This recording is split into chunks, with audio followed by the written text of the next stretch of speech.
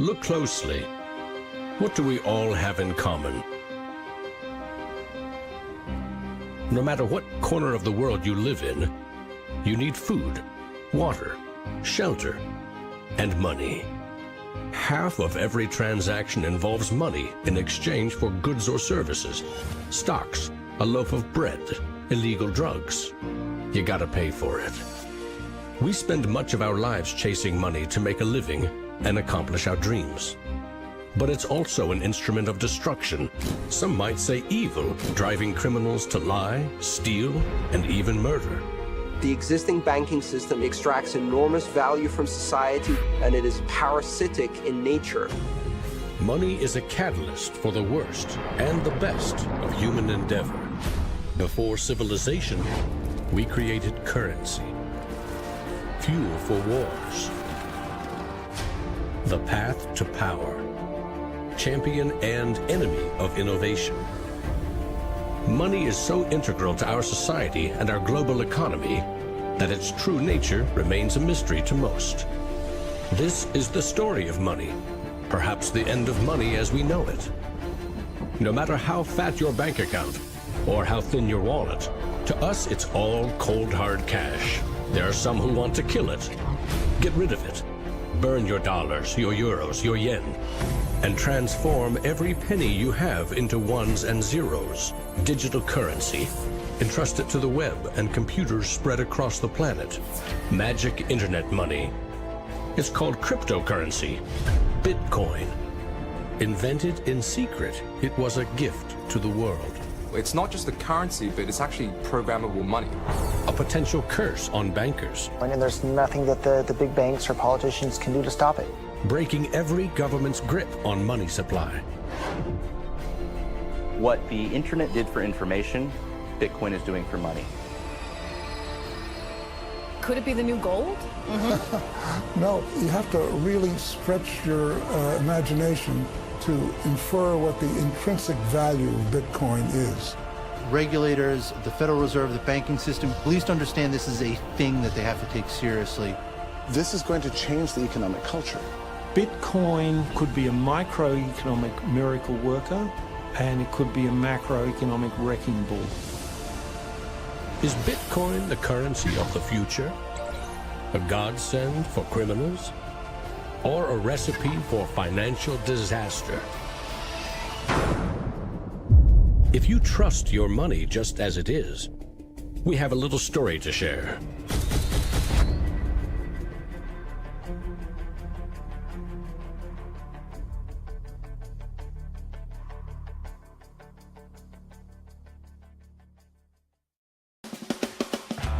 Once upon a time, there was a big party with everyone standing around the punch bowl, drunk. Politicians credited the strong economy to their wise decisions. Businesses jumped into new profitable markets, ignoring risk. In fact, the experts said there was no risk. Then, troubling market data from minor countries spooked the markets. Rumors spread. More bad news rattled housing prices at the heart of the financial world. A major bank went insolvent. Investors and businesses made a run on the other banks, demanding their cash deposits. The largest financial institutions in the center of the modern world were frozen. Assets were seized. Banks foreclosed. A credit crunch threatened the entire world economy. And then, finally, the government stepped in. The largest bank bailout ever. Swift action by the head of state had saved the day. Remember that? No, you don't. It happened 2,000 years ago. Rome, 33 AD. Ground zero for the first recorded liquidity crisis and government bailout in history. The largest empire the world had ever seen was brought to its knees by a banking disaster.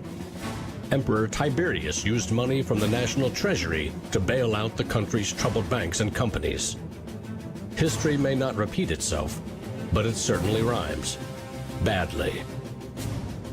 People in power and their money have always been at the very center of it.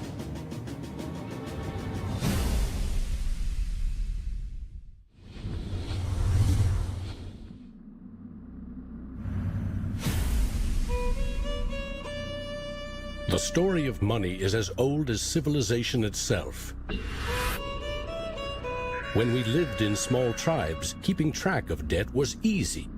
You owed somebody a load of firewood. A neighbor owed you a piece of meat. Credits and debits were kept in your head, a mental ledger. Currency is a language that allows us to express transactional value between people. It's technology that's older than the wheel. It's as old as fire. When humans wanted to trade outside their tribe or village, they needed something everyone could agree had value, something scalable. Enter commodity monies. There were many kinds, but each had to embody the same 5 characteristics. A commodity money is relatively scarce, easily recognizable, can be cut into smaller pieces. You can substitute one piece for another of equal value, and you can carry it around without too much trouble. In ancient Rome, it was salt. The Aztecs used cacao beans. It was whale teeth on Fiji, yak dung in Tibet, shells in Africa and China. Grains, metal, ivory, rare stones, leather, fish. If it had the 5 characteristics of commodity money, someone probably used it as currency. And then you ask, what value do these currencies have?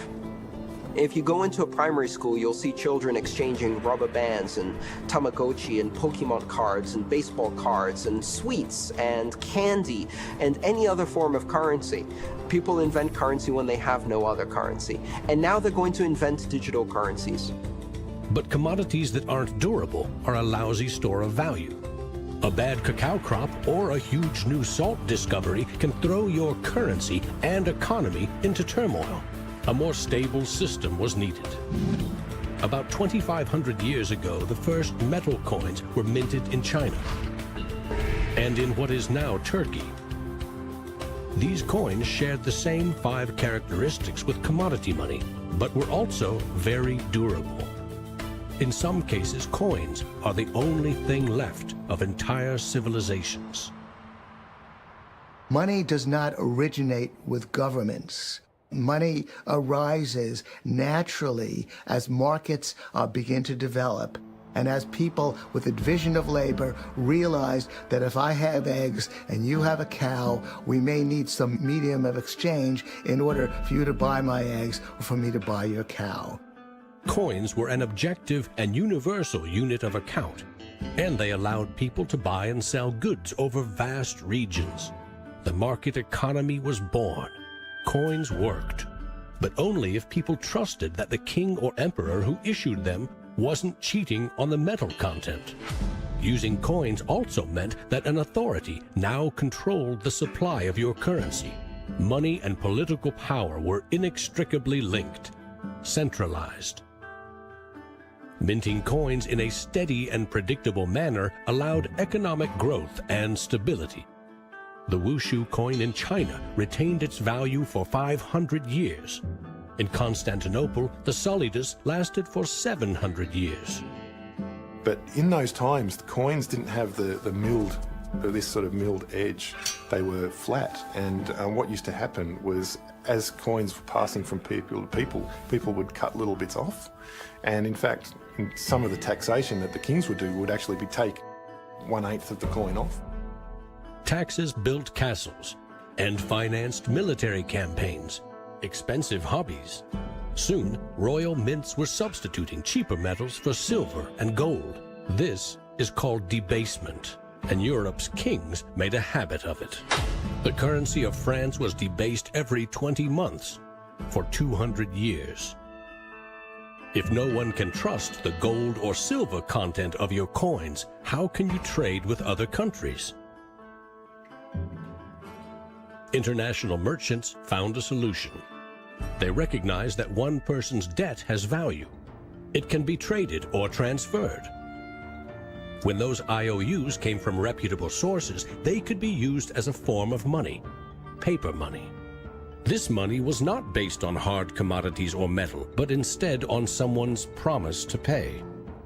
Merchant families like the Medici in 15th century Florence acted as clearinghouses for these IOUs. It worked like this. An English trader ordered a shipment of Italian cloth from the Medici for 100 gold coins. His promise to pay the Medici was put on paper. Meanwhile, the Medici owed 100 gold coins to another trading partner for delivery of wine from France.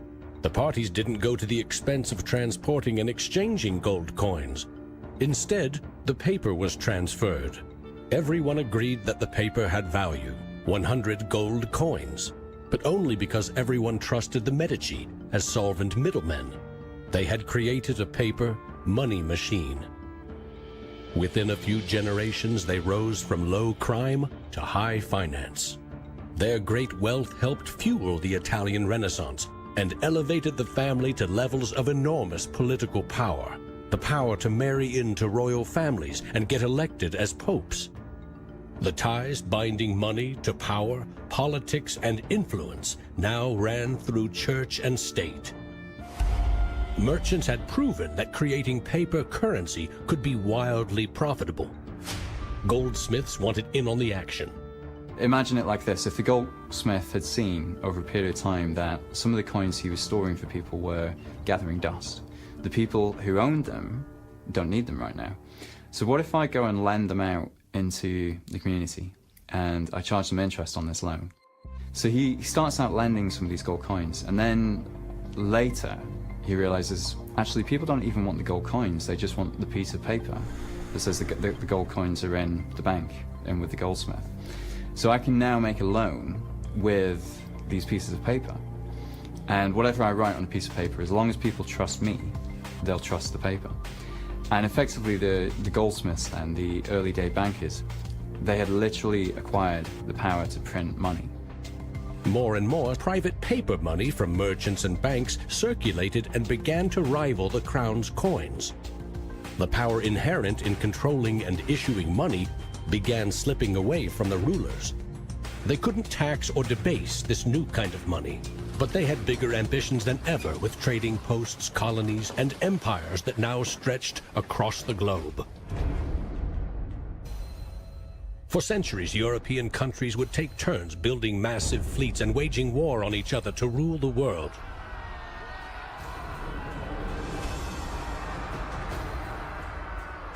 Government wanted to take the people's money in order to finance its wars. That's essentially the history of money. Money and warfare go together. War is expensive. 1 year's income taxes simply aren't enough. Kings and queens had to borrow money against future taxes. They needed a groundbreaking financial innovation: government bonds. The loans came from rich merchant families and goldsmiths, who by now had become powerful financiers and bankers. Sovereign debt and deficit spending had been born.